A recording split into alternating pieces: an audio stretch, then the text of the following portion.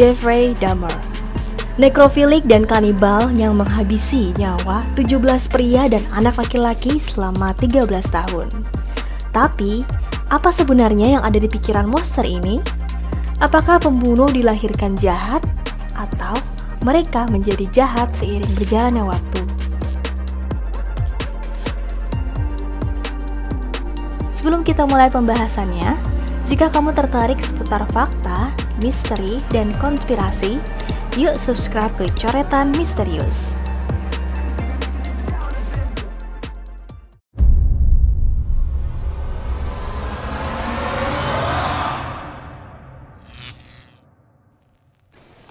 So what have you been doing lately? Working and working and working and working? Working next week, starting Monday. I go back to work Sunday nights. Oh boy. Jeffrey Lionel Dahmer dilahirkan tanggal 21 Mei 1960 dari pasangan Lionel Dahmer dan Joyce Annette Rocky Dahmer.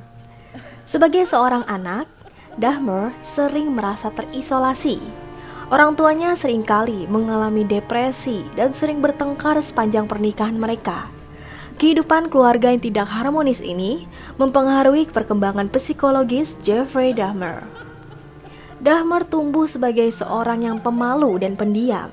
Ia juga menunjukkan minat pada hewan mati, seperti membedah bangkai dan mengoleksi tulang ayam yang telah didekorasi. Proses ini memberikan sensasi dan kegembiraan baginya. Hal ini tidak jarang terjadi pada anak-anak yang mengalami trauma dan juga menjadi ciri umum dari banyak pembunuh berantai.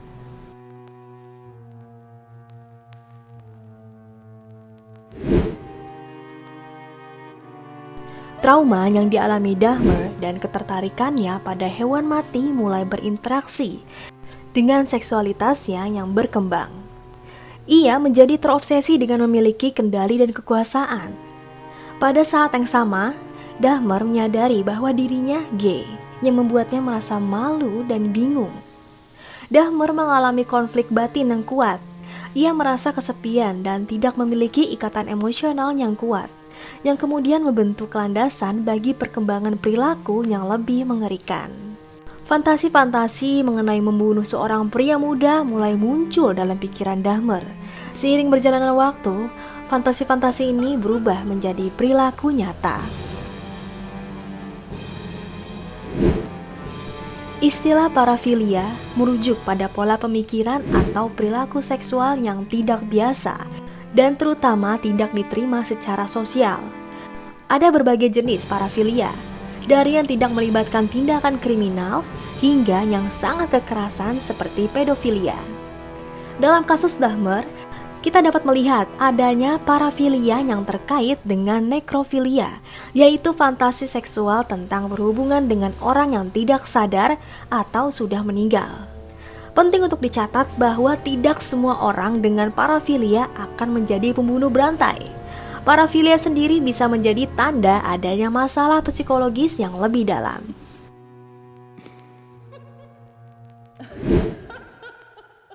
Dahmer mulai mengembangkan minat yang tidak sehat terhadap kematian sejak remaja. Ia sering bermain dengan pikiran tentang melakukan hubungan seksual dengan mayat. Namun hal ini hanya terjadi dalam dunia fantasi dan pikirannya pada saat itu. Dahmer juga mengalami perasaan rendah diri dan ketidaknyamanan dalam hubungan intim dengan orang hidup. Ia merasa lebih nyaman dengan orang mati, karena mereka tidak akan menolak atau menghina dirinya. Hal ini menjadi salah satu faktor penting yang membentuk jalan pikiran Dahmer menuju tindakan kriminal yang mengerikan. Pada bulan Juni 1978, hanya 3 minggu setelah lulus SMA, Dahmer mengajak seorang tumpangan bernama Stephen Hicks ke rumah ayahnya. Mereka berdua minum bersama, namun ketika Hicks mencoba pergi, Dahmer memukulinya dengan barbel. Dahmer kemudian melakukan hubungan seksual dengan mayat tersebut sebelum memutilasinya dan membuangnya. Pembunuhan ini memberikan kepuasan bagi Dahmer. Fantasinya akhirnya menjadi kenyataan.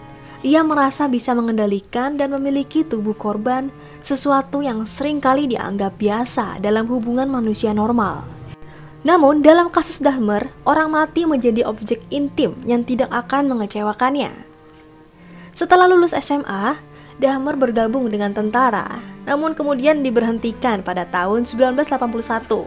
Ia kemudian tinggal dengan neneknya dan bekerja di sebuah perusahaan coklat dengan shift malam. Dahmer tidak membunuh lagi selama hampir 10 tahun. Bagaimana mungkin seseorang seperti Dahmer dapat mengendalikan dorongan-dorongannya? Apakah ia menemukan cara lain untuk memuaskannya? Kami ada sumber wawancara yang menarik dengan Ibu Dahmer yang membuka rahasia selama masa-masa itu. Ia mengungkapkan bahwa Dahmer telah melakukan hal-hal buruk selama ia tidak melakukan pembunuhan. Dahmer pernah menghadiri pemakaman atau melihat jenazah para pemuda yang meninggal akibat kecelakaan mobil atau penyakit. Hal ini memberikan kepuasan jangka pendek bagi Dahmer, namun tidak dapat memuaskan hasratnya untuk waktu yang lama. Bahkan Dahmer pernah memiliki patung manusia seperti pengganti. Namun itu tidaklah sama. Pada tahun 1987, karir pembunuhan Dahmer kembali, dan ia mengambil nyawa 16 pria dan anak laki-laki tambahan. Ia seringkali mengajak mereka dari bar gay, tempat mandi umum, dan toko pornografi, lalu membawa mereka ke apartemennya untuk minum. Dahmer sangat berhati-hati dalam menjalankan tindakannya. Ia memilih para korban yang menurutnya tidak akan terlalu dicari atau diperhatikan oleh masyarakat. Mungkin ada alasan tertentu mengapa ia memilih pria berkulit hitam, karena ia sendiri bukan orang berkulit hitam. Dengan demikian, ia berharap tidak menjadi tersangka utama jika para pria berkulit hitam ini menghilang. Hal ini juga membingungkan penyelidikan polisi yang kemungkinan mencurigai seseorang dengan ciri-ciri ras yang sama sebagai pelaku. Sementara Dahmer tidak cocok dengan deskripsi tersebut. Jeffrey Dahmer adalah contoh nyata betapa rumitnya pikiran seorang pembunuh berantai.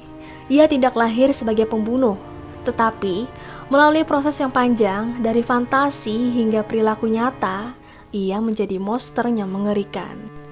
Trauma masa kecil, ketidaknyamanan dalam hubungan sosial, dan parafilia yang tak terpenuhi semakin mempengaruhinya. Namun, kita tidak bisa menyalahkan faktor-faktor ini sepenuhnya. Banyak orang mengalami masa sulit dan memiliki minat aneh, namun tidak semua dari mereka berakhir sebagai pembunuh berantai. Jeffrey Dahmer adalah kasus ekstrim yang menyoroti betapa kompleksnya interaksi antara faktor psikologis, sosial, dan lingkungan.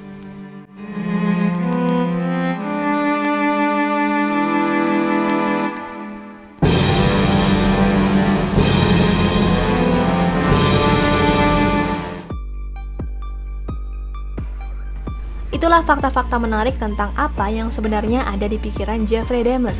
Pembunuhan berantai ini memperlihatkan betapa kompleksnya alam manusia dan bagaimana pengaruh trauma dan permasalahan psikologis dapat membentuk jalan pikiran yang mengerikan.